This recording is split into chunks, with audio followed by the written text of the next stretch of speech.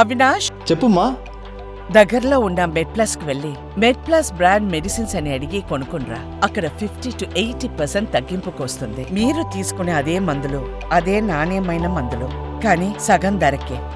Laxman sir, ఎలా చూడాలి? వర్మపై కేసుల పరంపరగా కొనసాగుతున్న నేపథ్యంలో మరోవైపు వర్మ కూడా కోర్టును ఆశ్రయించడం జరిగింది. మరి వర్మ పరారీలో ఉన్నాడని చెప్తున్నారు, కానీ మీడియాకు మాత్రం ఇంటర్వ్యూ ఇస్తున్నాడు. ఎలా చూడాలి? విజయ్ గారు, మీకు ప్యానల్ ఉన్న పెద్దలకి, స్వతంత్ర టీవీ వీక్షకులకి, యాజమాన్యానికి హృదయపూర్వక నమస్కారం. మీ టీవీలోనే స్వతంత్రత ఉంది, కానీ బయట స్వతంత్రత లేకుండా చేయాలని చేస్తున్నటువంటి ఈ ఎన్డీఏ కూటమి ప్రయత్నాలు ఏవైతే ఉన్నాయో, ఎందుకంటే మనం చూస్తున్నాం గత 6 నెలలుగా జగన్మోహన్ రెడ్డి గారు ఏదైతే వాళ్ళని వ్యక్తిగత అహనంగా వాళ్ళ కుటుంబాన్ని, అలాగే వైఎస్ఆర్ పార్టీ నాయకులు, వాళ్ళ కార్యకర్తలందరూ అందరినీ కూడా ఒక టార్గెట్ చేసే విధానాన్ని మనం చూస్తూ ఉన్నాం.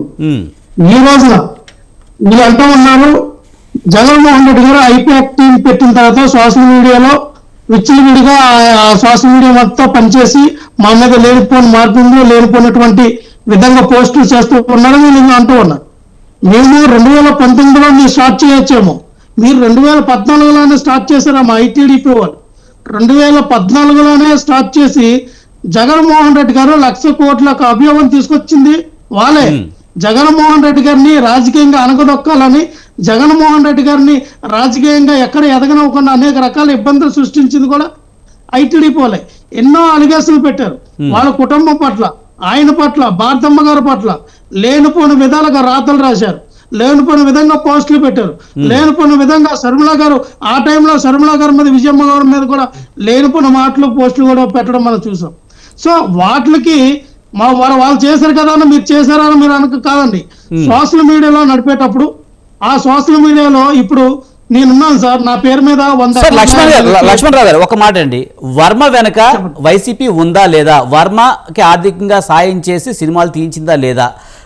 అందుకే ఇప్పుడు ఇలాంటి పరిస్థితి వచ్చింది అనేది టీడీపీ విమర్శ. సార్, విజయ్ గారు, వర్మ గారికి వైఎస్ఆర్ పార్టీకి ఎటువంటి సంబంధం లేదు. ఫస్ట్ ఆఫ్ ఆల్, వర్మ గారు సినిమాలు తీయడానికి వైఎస్ఆర్ పార్టీ నుంచి ఎవరు కూడా సిల్లు గవ్వ కూడా ఇవ్వలేదు. రెండో పాయింట్, వర్మ గారు తీసిన సినిమాలు, దానికి నిర్మాత అయినటువంటి దాసరి కిరణ్ అనే ఒక వ్యక్తి, వాళ్ళు తీసుకున్నటువంటి వాళ్ళ కంటెంట్ వాళ్ళు తీసుకున్నారు. వాళ్ళు ఏ సినిమాలు తీయాలనుకున్నారో, లక్ష్మీ ఎన్టీఆర్ కానీ, ఇంకా కమ్మరాజ్యంలో కడపరెడ్లు అని ఇంకొక సినిమాలు ఏమని కూడా వాళ్ళ వ్యక్తిగతంగా వాళ్ళు తీయాలనుకున్న స్టోరీలు వాళ్ళు తీసుకున్నారు. ఆ సినిమా ప్రక్రియ సినిమాటిక్ గా ఒక 4 డబ్బులు సంపాదించుకోవాలని వాళ్ళొక రక్త చరిత్ర సినిమా తీశారు.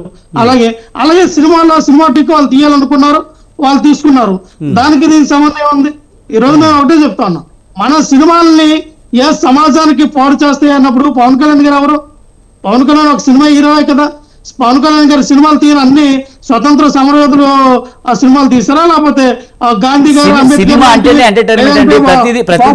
స్వతంత్ర సమరయోధులను తీయలేం కదా, ఎంటర్టైన్మెంట్ ఇది పొలిటికల్ గా తీశారు. వ్యూహం గానీ, లక్ష్మీ ఎన్టీఆర్ గానీ ఒక క్యారెక్టర్ అసోసియేషన్ చేశారనే విమర్శలు ఉన్నాయి కదా, మరి దానికి ఏమంటారు?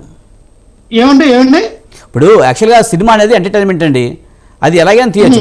కానీ ఇప్పుడు వర్మ తీసే సినిమాలు అలాంటివి రక్త చరిత్ర, వంగవీటి, లేకపోతే వ్యూహం, లేకపోతే లక్ష్మీ ఎన్టీఆర్, ఇవన్నీ ఒక కులాన్నో మతాన్నో వేరే వాళ్ళ క్యారెక్టర్ని బ్యాట్ చేసే విధంగా ఆయన సినిమాలు తీస్తున్నారు. అది వాస్తవం కాదా?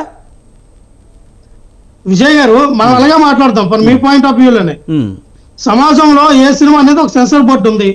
సెన్సార్ బోర్డు వాళ్ళు చూస్తారు, ఈ సినిమా రిలీజ్ చేయాలా లేదా, ఈ డైలాగ్ ఉండాలా లేదా, ఈ డైలాగు మరి విపరీతమైన పదజాలంతో ఉంటే బీప్ సౌండ్ వేస్తారు, లేదా సినిమా నుంచి తొలగించండి అంటారు, లేదా ఆ సన్నివేశం బాగోపోతే సినిమా నుంచి తీసేయండి అంటారు.